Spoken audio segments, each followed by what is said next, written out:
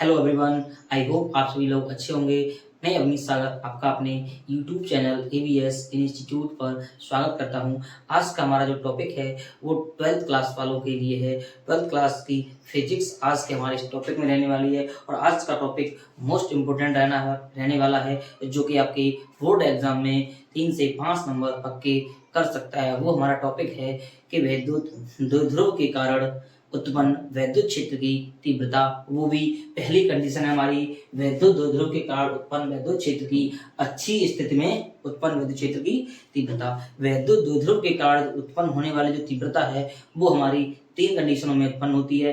पहली कंडीशन हमारी होती है अच्छी स्थिति में, दूसरी हमारी होती है निरक्षीय स्थिति में, तीसरी होती है किसी भी स्थिति में। तो आज हम जानने वाले हैं इस वीडियो के माध्यम से वैद्युत द्विध्रुव की अक्षीय स्थिति किस प्रकार से ज्ञात कर सकते। अच्छी स्थिति के लिए हम जो व्यंजक है या सूत्र है उस सूत्र का निगमन हम किस तरह से करेंगे। तो सबसे पहले हम मान लेते हैं हमारा टॉपिक क्या है, वैद्युत द्विध्रुव। तो आपको पता उनसे कि वैद्युत द्विध्रुव क्या होता है। तो वैद्युत द्विध्रुव की बहुत छोटी सी सिंपल सी डेफिनेशंस होती है। वो डेफिनेशंस मेरी होती है कि हमारा जो दो समान परिमाण एवं विपरीत प्रकृति के दो बिंदु आवेशों को अत्यंत पास रखने से जो निकाय बनता है वही निकाय मेरा वैद्युत द्विध्रुव कहलाता है। तो हमारा वैद्युत द्विध्रुव क्या बन जाएगा, ये रहा कोई वैद्युत द्विध्रुव, ये माइनस का क्यू रहेगा, ये हमारा प्लस का क्यू। इसको ए बी से हम डिनोट कर लेते हैं।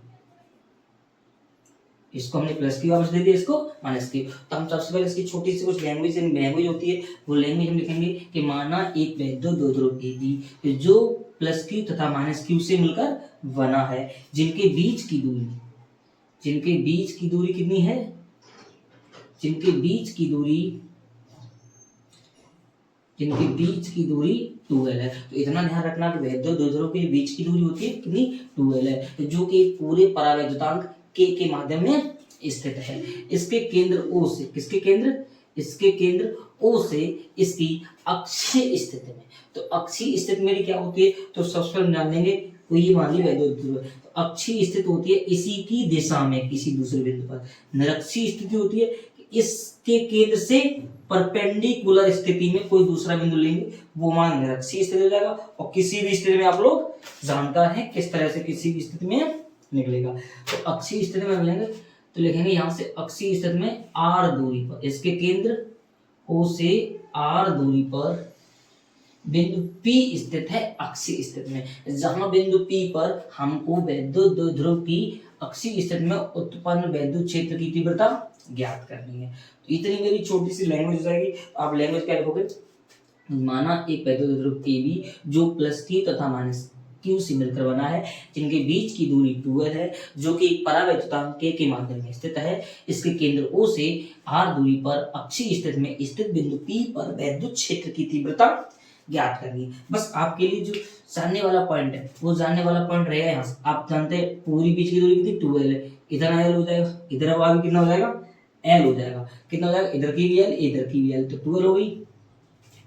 तो प्लस Q से जो दूरी बनेगी हमारी बिंदु P की वो कितनी बचेगी, r माइनस l। तो हम जानते हैं यहाँ से पूरा r है, इतना l दिया है, इतना निकालने के लिए क्या करेंगे, r में से l को माइनस कर देंगे। और जो माइनस Q है वो माइनस Q से बिंदु P की दूरी कितनी हो जाएगी भाई, इतना तो r है और इतना कितना r, ये में हो जाएगा r प्लस l। कितना हो जाएगा, r प्लस l। तो हम सबसे पहले लिखेंगे उसमें पहला पॉइंट हमारा रहेगा, लिखेंगे कि प्लस Q से बिंदु P की दूरी, तो वो दूरी कितनी रहेगी मेरी, r प्लस Q है ना, प्लस Q से तो r माइनस l कितना रहेगा, r माइनस l।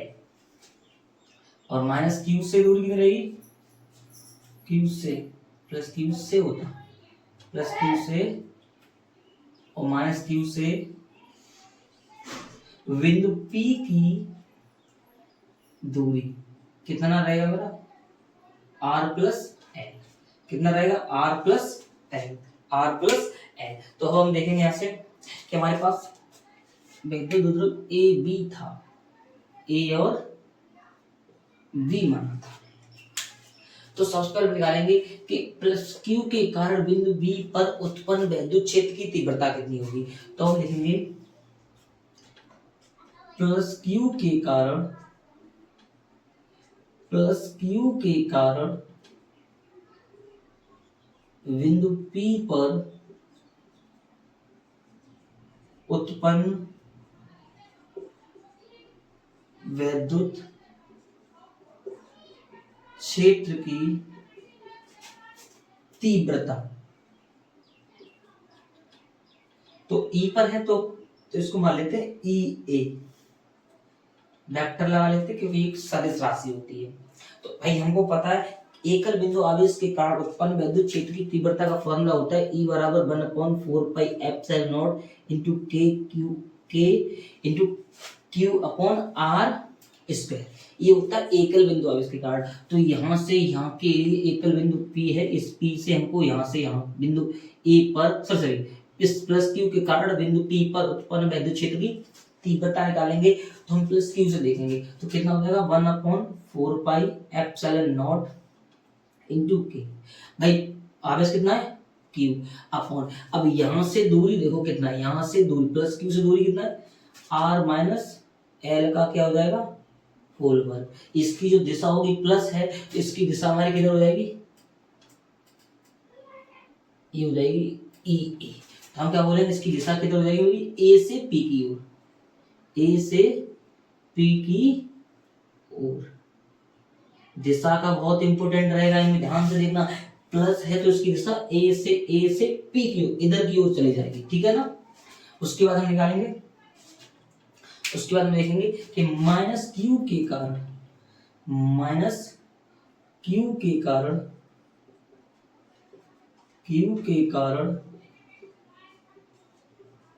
बिंदु P पर उत्पन्न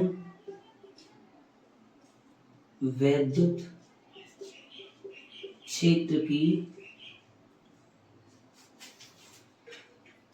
तीव्रता, इसको हम EB से लिख लेते हैं, ठीक है ना। इसको रखा दे, इसका कोई काम नहीं। अब बिंदु B पर कितना होगा, B के कारण 1/4πε0 इंटू K इंटू आवेश कितना Q, दूरी कितना माइनस Q से R प्लस L का फुल वर्ग। इसकी दिशा किधर हो जाएगी, अब माइनस है इसकी दिशा इधर की तरफ हो जाएगी, इसकी दिशा किधर हो जाएगी भाई P से B की ओर, दिशा किधर होगी P से V की ओर इसकी दिशा हो जाएगी। यहाँ तक आप लोगों को शायद क्लियर है। तो सबसे पहले आप लोग क्या करेंगे भाई, प्लस Q के कारण दूरी निकाल लेंगे, फिर माइनस Q के कारण दूरी आप लोग समझिए होंगे इस तरह निकलेगी। फिर प्लस Q के कारण बिंदु P पर उत्पन्न विद्युत क्षेत्र की तीव्रता, फिर माइनस Q के कारण बिंदु P पर उत्पन्न विद्युत क्षेत्र की तीव्रता। अब हम निकालेंगे बिंदु P पर परिणामी विद्युत क्षेत्र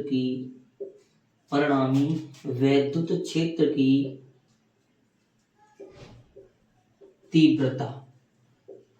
तो परिणामी विद्युत क्षेत्र की तीव्रता हमारे पास कितनी हो जाएगी भाई, E बराबर वेक्टर E बराबर हो जाएगा vector EA plus vector EB, यानी बिंदु P पर हम परिणामी तीव्रता निकालेंगे। तो परिणामी मतलब टोटल निकालेंगे, तो EA और EB के दोनों के सदिश योग के बराबर आ जाएगी। फिर हम देखेंगे परंतु हम कहेंगे EA वेक्टर EA व वेक्टर EB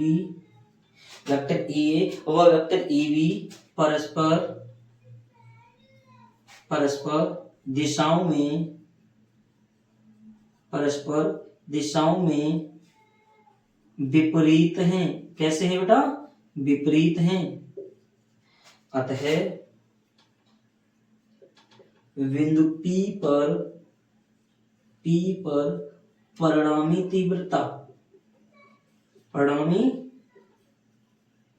तीव्रता ये हम देखेंगे भाई, EA इधर की तरफ है, पी भी इधर की तरफ, तो दोनों की दिशा कैसी है, एक दूसरे के विपरीत। जब एक दूसरे के विपरीत है तो बिंदु पी पर परिणामी तीव्रता के लिए क्या हो जाएगा, जब दो सदिश राशियां होती हैं दोनों की दिशाएं अगर विपरीत है तो उनका योग करते हैं तो उनका जो योग है वो बेटा किस में बदल जाता है, डिफरेंस में बदल जाता है। तो ए माइनस क्या आ जाएगा, E B minus E B. तो हम देखेंगे यहां से इधर कर लेते हैं, एक स्टेप इधर करिए हो जाएगी। हाँ तो वेक्टर ई ए बराबर हमारे पास कितना मिलेगा, वेक्टर ई ए बराबर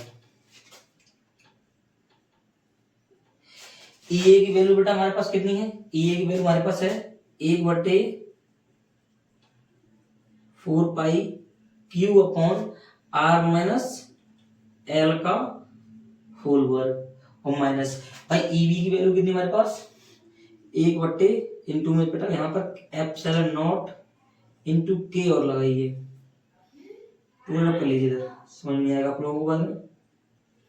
भाई K into R minus L का होल वर्ग और minus 1/4 pi epsilon not into K into Q upon R plus L का होल वर्ग हो जाएगा। आज बेटा गर्मी बहुत पड़ रही है, पसीने में लथपथ हो रहे हैं। इधर देखिए कितना रहेगा 1 दोनों हमने माइनस कर लिया, योग कर लिया भाई ई बराबर वेक्टर ई बराबर यहाँ देखेंगे इन दोनों में सेम क्या है बेटा हमारे पास, तो सेम हो जाएगा 1/4 pi epsilon not into K into Q, ये पूरा हिस्सा आ जाएगा और ये क्यू आ जाएगा। इधर कितना बचेगा 1/r माइनस एल का होल वर्ग। ये क्या कर रहे हैं,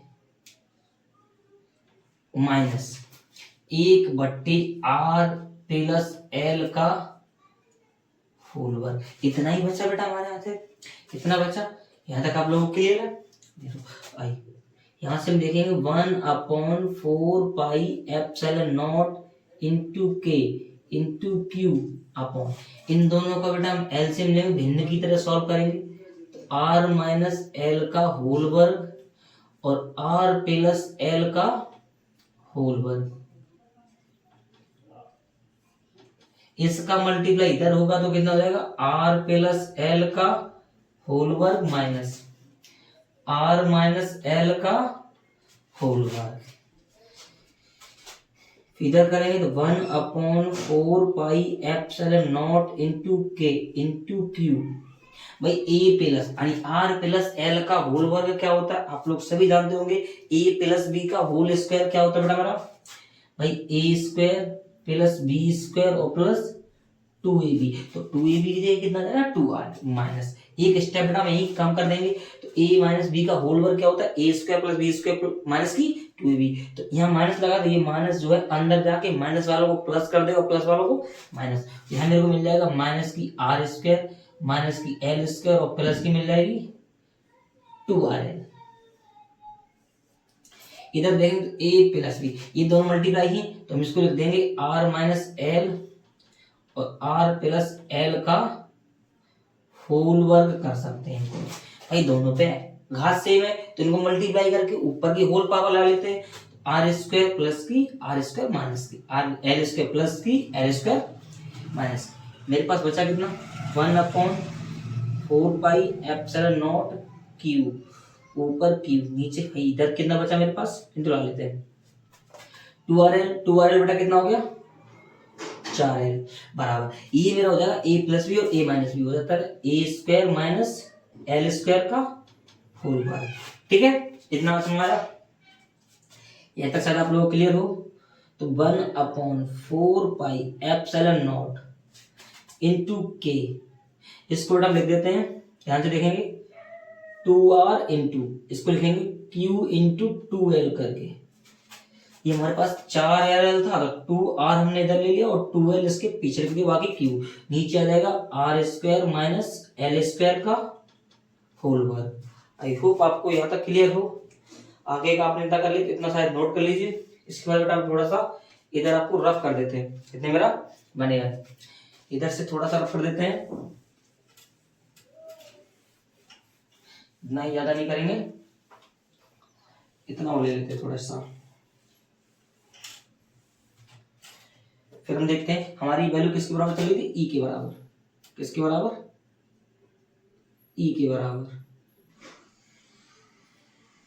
इधर हम देखेंगे तो वेक्टर ई बराबर हमको कितना मिलेगा हमारे पास, यहां से कितना हो जाएगा, किंतु परंतु भाई हमको पता है, इस पे लिख लीजिए Q इंटू 2L जो है, ये लगा लीजिए Q इंटू जो 2L है वो P बराबर होता है, P बराबर क्या होता है 2L, और P हमारा क्या होता है वैद्युत द्विध्रुव का आघूर्ण। तो वेक्टर E बराबर हमको कितना मिल जाएगा 1/4 pi epsilon not into K into मिल जाएगा 2RP बटे R square minus L square का होल वर्ग।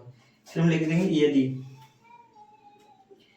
L is greater sorry R is greater than L हो तो R square is greater than L square तो L को छोड़ने पर जैसे ही हम L को छोड़ देंगे हमारे पास कितना मिलेगा 1/4 pi epsilon not into K into ऊपर मिलेगा 2RP बटे भाई है इसको L को छोड़ देंगे, ये स्क्वायर जो ये स्क्वायर इस पे हट जाएगा, इस पे कितना है स्क्वायर कितना जाएगा 4 घात, इससे ही कट जाएगा 3 घात बचेगा। तो E बराबर हमारे पास कितना निकलेगा, वेक्टर E बराबर 1/4 pi epsilon not into K ऊपर बचेगा सिर्फ 2P अपॉन R क्यूब, और यही मेरा क्या आ जाएगा इसका वैद्युत द्विध्रुव की अक्षीय स्थिति में फॉर्मूला न्यूटन प्रति कूलम। एक अगर करना चाहो तो कर सकते हैं, यदि K का वैल्यू अगर हम 1 रख दें, K का वैल्यू 1 किसके लिए होता है निर्वात या वायु के लिए, तब वेक्टर E का फॉर्मूला हमको कितना मिलेगा, वेक्टर E बराबर